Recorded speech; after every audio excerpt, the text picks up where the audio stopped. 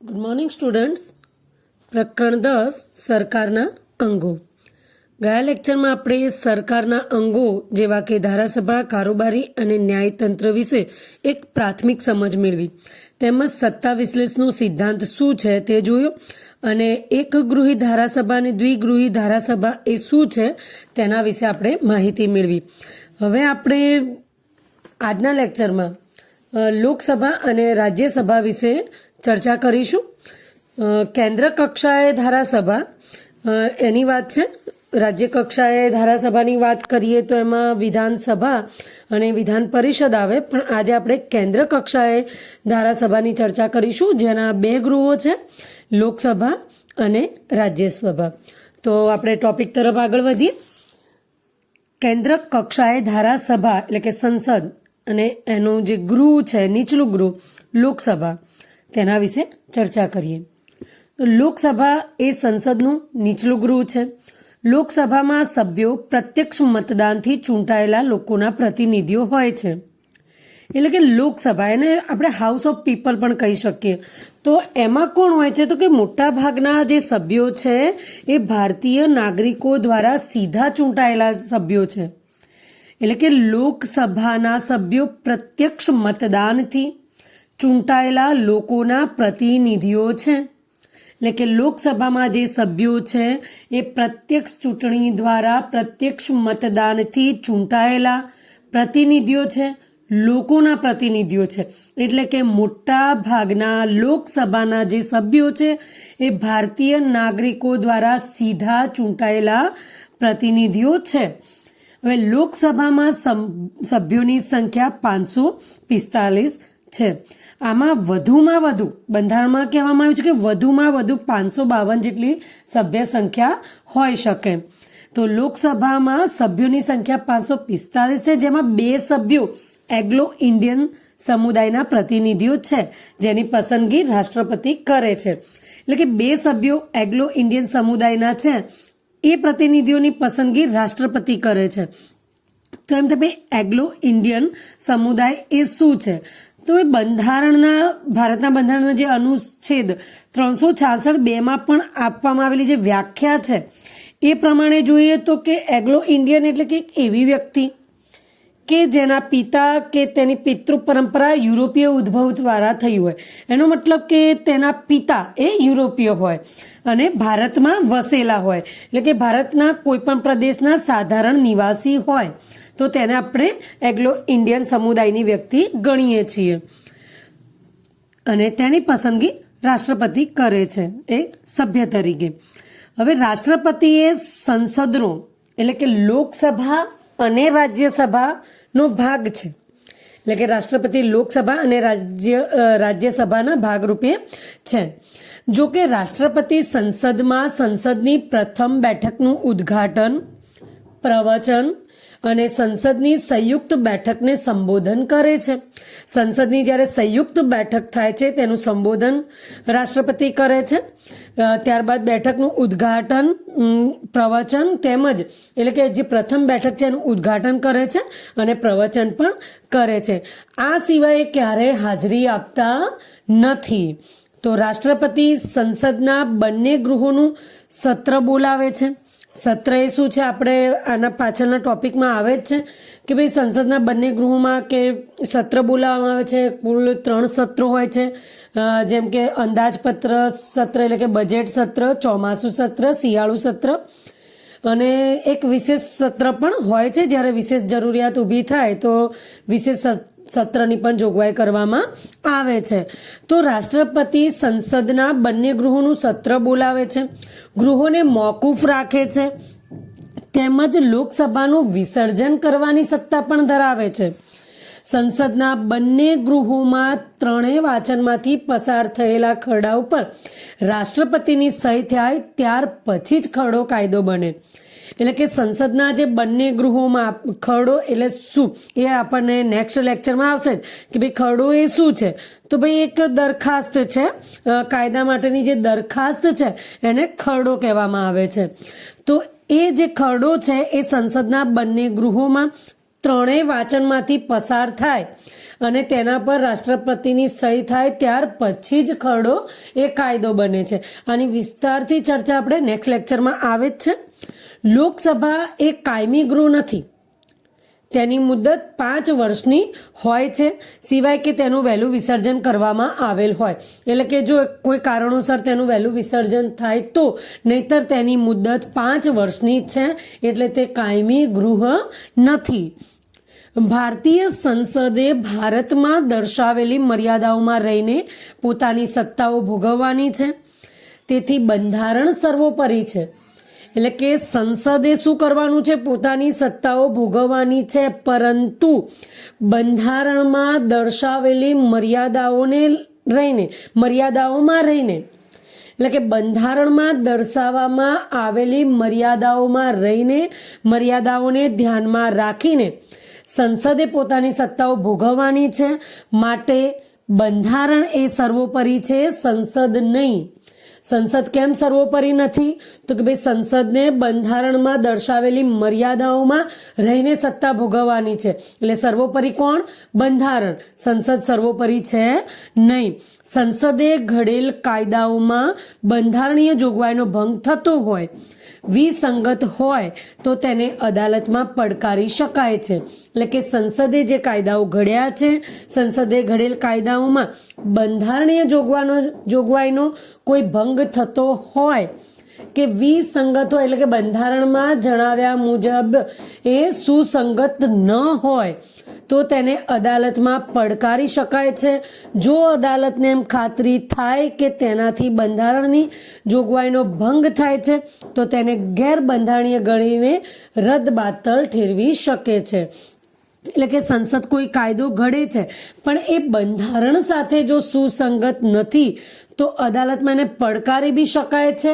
એટલે અને અદાલતમાં પડકાર્યા પછી અદાલતને જો એમ ખાતરી થાય કે બંધારણની જોગવાઈનો અહીં ભંગ થયેલો છે તો તે કાયદાને તે ગેરબંધારણીય ગણીને રદબાતલ પણ ઠેરવી શકે છે. હવે જોઈએ કે સંસદ સભ્યની લાયકાતો. અહીંયા લોકસભાની વાત છે કે લોકસભાના જે સભ્યો છે એની લાયકાત શું હોય? તો લોકસભાના સભ્ય તરીકે લાયકાત મુજબ તે ભારતીય નાગરિક હોવો જોઈએ. એટલે જે તે વ્યક્તિ છે એ ભારતીય નાગરિક હોવો જોઈએ. ચૂંટણી લડવા માટે ઓછામાં ઓછી 25 વર્ષની ઉંમર હોય. એટલે કે એ ચૂંટણી લડવા માટે એ ઓછામાં ઓછી 25 વર્ષની ઉંમર ધરાવતો હોય, 25થી નાની ઉંમરનો ન હોય. સંસદે નક્કી કરેલ અન્ય લાયકાતો ધરાવતો હોય. એટલે સંસદે જે લાયકાતો નક્કી કરેલી અન્ય લાયકાતો છે તે પણ તે ધરાવતો હોય, પરંતુ તે નાદાર કે માનસિક રીતે અસ્થિર જાહેર કરાયેલ ન હોય. તે માનસિક રીતે અસ્થિર જાહેર કરાયેલ ન હોય તેમજ નાદાર જાહેર કરાયેલ ન હોય. હવે એમ તો ભાઈ નાદાર એટલે શું? નાદાર એટલે ટૂંકમાં એક શબ્દ આપણે વાપરીએ કે ભાઈ કંગાલ, જેને લોકો દિવાળીઓ બી કહે છે, કે જેની પાસે કોઈ પણ પ્રકારની એવી ચીજ વસ્તુ ન હોય જેની મિલકતમાં ગણી શકાય. એટલે કે જેની પાસે કોઈ પણ વસ્તુ ન હોય કે વ્યક્તિને પોતાની મૂડી કે મિલકત ગણી શકે તો એને નાદાર કહેવાય.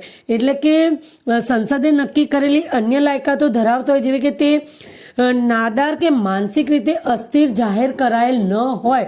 પછી કેન્દ્ર કે રાજ્ય સરકારમાં સવેતન હોદ્દો ધરાવતો ન હોય. એટલે ટૂંકમાં સરકારી નોકરી કરતો ન હોય. એટલે કે કેન્દ્ર અથવા રાજ્ય સરકારમાં સવેતન હોદ્દો એટલે પગાર લેતો વ્યક્તિ, એટલે કે સવેતન હોદ્દો ધરાવતો ન હોય. એટલે કે ટૂંકમાં સરકારી નોકરિયાત ન હોય. સક્ષમ અદાલત દ્વારા ગુનેગાર પુરવાર થયેલ ન હોય તેવી જ વ્યક્તિ સંસદમાં ઉમેદવારી કરી શકે. એટલે કે સક્ષમ અદાલત દ્વારા તે ક્યારે પણ ગુનેગાર સાબિત થયેલ ન હોય તેવી વ્યક્તિ, એટલે કે તેના પર કોઈ ગુનો સાબિત ન થયો હોય, પુરવાર ન થયો હોય તેવી વ્યક્તિ. સંસદની 2 બેઠકો વચ્ચે અહીંયા એની લાયકાત હતી, સભ્યની લાયકાત, સંસદની 2 બેઠકો વચ્ચે 6 માસથી વધુ સમયગાળો પસાર ન થાય તે રીતે ગૃહની બેઠક બોલાવી પડે છે. અહીં લોકસભાની વાત કરી, આગળ જે તેના સભ્યોની વાત હતી, સભ્યની લાયકાતોની. તો અહીં છે કે સંસદની જે 2 બેઠકો છે, લોકસભાની વાત છે કે 2 બેઠકો વચ્ચે 6 માસથી વધુ સમયગાળો પસાર ન થાય તે રીતે ગૃહની બેઠક બોલાવી પડે છે. લોકસભાનું વિસર્જન વડાપ્રધાનની સલાહથી જ રાષ્ટ્રપતિ કરી શકે છે, એટલે કે સત્તા રાષ્ટ્રપતિના હાથમાં છે, પરંતુ વડાપ્રધાનની સલાહથી તે આ કાર્ય કરે છે. જે ગૃહનો સભ્ય હોય તે ગૃહની કાર્યવાહીમાં ભાગ લઈ શકે, એટલે કે સંસદમાં જે સભ્ય જે તે ગૃહનો હોય, ચાહે લોકસભાનો હોય કે રાજ્યસભાનો હોય, તો જે તે ગૃહનો સભ્ય હોય તે વ્યક્તિ તે ગૃહની કાર્યવાહીમાં ભાગ લઈ શકે અને મતદાન કરી શકે. પરંતુ મંત્રીમંડળનો કોઈ પણ સભ્ય સંસદના નીચલા ગૃહનો સભ્ય ન હોય તો પણ બંને ગૃહોની ચર્ચામાં એ ભાગ લઈ શકે છે, સંબોધન કરી શકે છે, પરંતુ જે ગૃહમાં સભ્ય હોય તે જ ગૃહમાં તે મતદાન કરી શકે છે. એટલે કે એ વ્યક્તિ કે જે સભ્ય છે એ પોતાના ગૃહમાં જ મતદાન કરી શકે છે, પરંતુ હા, એ ચર્ચામાં ભાગ લઈ શકે છે અને સંબોધન કરી શકે છે. એટલે કે મંત્રીમંડળનો કોઈ સભ્ય સંસદના નીચલા ગૃહમાં હોય, નીચલા ગૃહની સભ્ય હોય તો તે બંને ગૃહમાં ચર્ચા કરી શકે છે, સંબોધન કરી શકે છે, પરંતુ જે ગૃહમાં હોય તે જ ગૃહમાં એ મતદાન કરી શકે છે. લોકસભામાં ગુજરાતની 26 બેઠકો છે. લોકસભાની મુદત 5 વર્ષની હોય છે. જો કે અગાઉ રાષ્ટ્રપતિ તેને વિખેરી નાખી શકે છે, એટલે કે તેનું વિસર્જન કરી શકે છે. રાષ્ટ્રીય કટોકટીમાં તેઓ 1 વર્ષ સુધી લંબાવી શકે છે. એટલે રાષ્ટ્રીય કટોકટી એવી કપરી પરિસ્થિતિ કે એવો સમય આવે તો એની જે મુદ્દત છે 5 વર્ષની છે કે 5 વર્ષે એનું વિસર્જન થાય છે, પરંતુ કટોકટીના સમયમાં રાષ્ટ્રીય કટોકટીમાં તેઓ 1 વર્ષ સુધી તેની અવધિ લંબાવી શકે છે. રાષ્ટ્રપતિએ લોકસભાનું વિસર્જન કર્યું હોય તો તે પગલાંને અદાલતમાં પડકારી શકાતું નથી. એટલે કે જો રાષ્ટ્રપતિએ લોકસભાનું વિસર્જન કર્યું છે તો એ રાષ્ટ્રપતિની સત્તા છે, તો એ બાબતને લઈને એ પગલાંને અદાલતમાં પડકારી શકાતું નથી. અદાલતમાં પડકારી શકવું માટે એ બાબતને લઈને અદાલતમાં ફરિયાદ કરવી કે નોંધાવી, તો એ કરી શકાતું નથી. હવે છે કોરમ. કોરમ એટલે શું? તો કોરમ એ ગૃહની કાર્યસાધક સંખ્યા છે. ગૃહનું કામકાજ હાથ ધરવા અને ચાલુ રાખવા કુલ સભ્યોમાંથી હાજર સભ્યોની સંખ્યા, એટલે કે લોકસભાના સભ્યો 545 સંખ્યાના 1 એટલે કે 55 સભ્યોની ગૃહમાં હાજરી જરૂરી છે. એટલે કે કાર્યસાધક સંખ્યા, એટલે કે ભાઈ ગૃહમાં કાર્ય કરવા માટે ચોક્કસ અમુક સંખ્યામાં વ્યક્તિ હાજર જોઈએ. તો 545ના 1 એટલે કે 55 સભ્યોની ગૃહમાં હાજરી જરૂરી ગણાય. જ્યારે રાજ્યસભામાં કાર્યસાધક સંખ્યા રાજ્યસભાના કુલ સભ્યો, એટલે કે 250ના 1 ભાગ, એટલે કે અર્થાત 25 સભ્ય સંખ્યા ગણાય છે. આ પણ પ્રશ્ન ઘણીવાર પૂછાય છે કે ભાઈ કોરમ એટલે શું? તો ત્યારે આપણે માત્ર એટલું નથી લખવાનું કે ભાઈ કોરમ એટલે ગૃહની કાર્યસાધક સંખ્યા, પરંતુ તેને વિસ્તારથી આપણે સમજાવવાની પણ જરૂર પડે છે. તો અહીં આપણે જોયું કે લોકસભામાં રાષ્ટ્રપતિનું કાર્ય શું છે, તેનું લોકસભા કાયમી ગૃહ નથી. ત્યારબાદ તેના મુદ્દતની વાત કરી, તેના વિસર્જનને લઈને વાત કરી, તેનું કાર્ય શું છે. ત્યારબાદ લોકસભાના જે સભ્યો છે એની લાયકાત શું છે. તો આ સમગ્ર વસ્તુની ચર્ચા કર્યા બાદ હવે આપણે જોઈશું રાજ્યસભા. તો રાજ્યસભા એ શું છે? રાજ્યસભા એ સંસદનું ઉપલું ગૃહ છે. ઘણીવાર તમને બંનેની લોકસભા અને રાજ્યસભા વિશેનો તફાવત બી પૂછી શકે, અથવા લોકસભા વિશે જણાવો, સવિસ્તર માહિતી આપો, અથવા રાજ્યસભા વિશે સવિસ્તર માહિતી આપો. આ રીતે પ્રશ્ન પૂછી શકે છે. તો હવે જોઈએ રાજ્યસભા. તો રાજ્યસભા એ સંસદનું ઉપલું ગૃહ છે. જે રાજ્યોનું પ્રતિનિધિત્વ ધરાવતું ધારાગૃહ છે.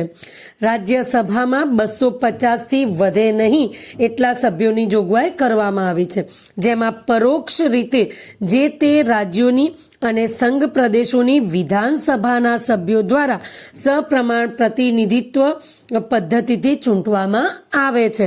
એટલે કે તેમાં પરોક્ષ રીતે જે તે રાજ્યો છે કે સંઘ પ્રદેશો છે એટલે કે કેન્દ્ર શાસિત પ્રદેશો છે એની વિધાનસભાના જે ચૂંટાયેલા સભ્યો છે તેમના દ્વારા સપ્રમાણ પ્રતિનિધિત્વ પદ્ધતિથી ચૂંટવામાં આવે છે.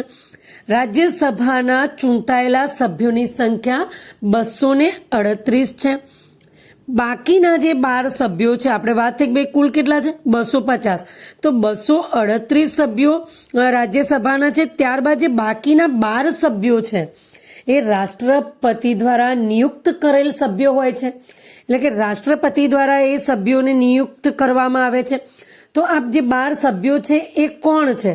તો એ એવા વ્યક્તિઓ છે જેઓ સાહિત્ય, વિજ્ઞાન, કલા, સાંસ્કૃતિક, રમત ગમત, સમાજ સેવાના ક્ષેત્રોમાં વિશેષ જ્ઞાન અને વ્યવહારુ અનુભવ ધરાવતા હોય. એટલે કે જે આ 12 સભ્યોની નિમણૂક થાય છે તે સભ્યોની લાયકાત શું છે?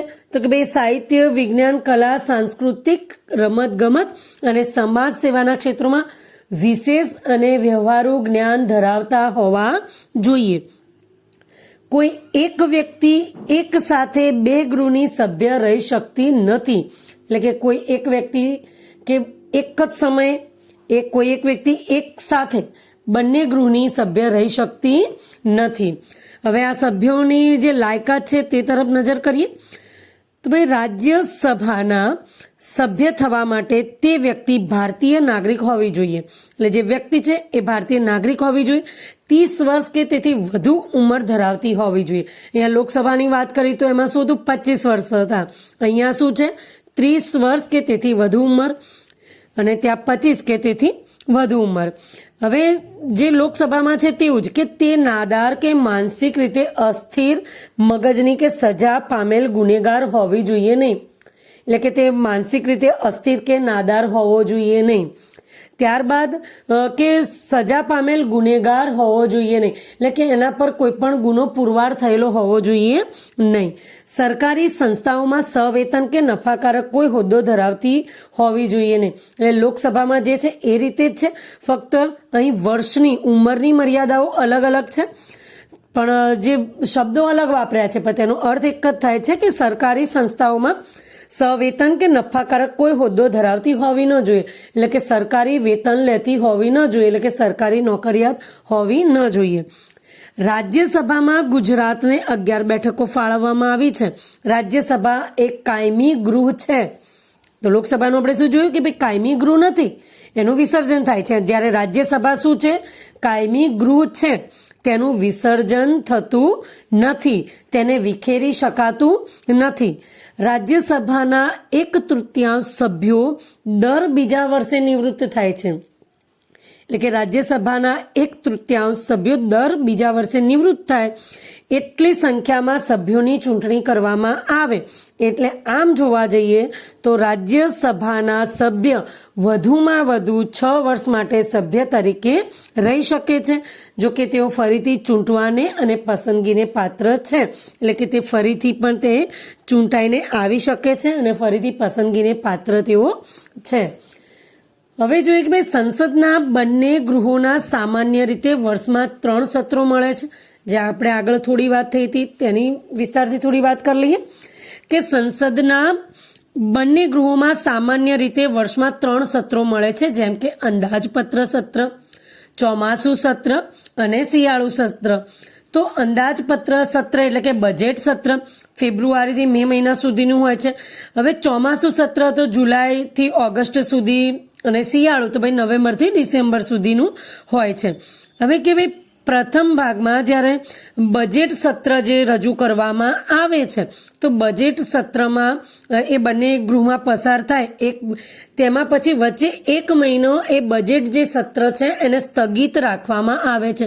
એટલે કે 2 ભાગમાં એ સત્ર રજૂ થાય છે. તો બજેટ સત્ર છે, ત્યારબાદ ચોમાસું સત્ર. તો ભાઈ બજેટ સત્ર શા માટે હોય છે તો તે પણ જોઈએ કે ભાઈ આ જે મહિનાઓ છે કે આમાં તો સંસદીય સ્થાયી સમિતિ દ્વારા જે વિવિધ કામો માટે જે માગવામાં આવતો ખર્ચ છે એનું મૂલ્યાંકન કરવામાં આવે છે. એ મૂલ્યાંકન કરવામાં આવે, દાખલા તરીકે કયો મહિનો જે વચ્ચે સ્થગિત થયેલો છે તે મહિનો. બજેટ સત્ર આમ 2 ભાગમાં હોય છે. એમાં વચ્ચે એક મહિનો એ બજેટ સત્ર સ્થગિત રાખવામાં આવે છે. તો કે આ 1 મહિનો સ્થગિત રાખવામાં આવે છે, એ મહિનામાં શું થાય છે તો કે સંસદીય સ્થાયી સમિતિ જે છે એ વિવિધ કામો માટે જે માગવામાં આવેલા જે ખર્ચ છે એનું મૂલ્યાંકન કરે છે અને 1 મહિના પછી ફરીથી બીજું બજેટ સત્ર રજૂ કરવામાં આવે છે અને એને અંતિમ તબક્કે પહોંચાડવામાં આવે છે. હવે સંસદના જે સત્રો છે એ 6 મહિનાથી વધુ અંતર એમાં હોવું ન જોઈએ. આપણે આગળ પણ આવી જ ગયું, લોકસભામાં આપણે જોયું એમાં, તેમાં શરૂઆતમાં જે વાત આવી જ ગઈ. તો ભાઈ 6 મહિનાથી વધુ અંતર ન હોવું જોઈએ ને કદાચ કોઈ કારણસર આવું બને છે તો રાષ્ટ્રપતિ બંને ગૃહોના સ્પીકર્સને સત્ર શરૂ કરવા માટે કહી શકે છે. હવે છે ચોમાસું સત્ર અને શિયાળુ સત્ર.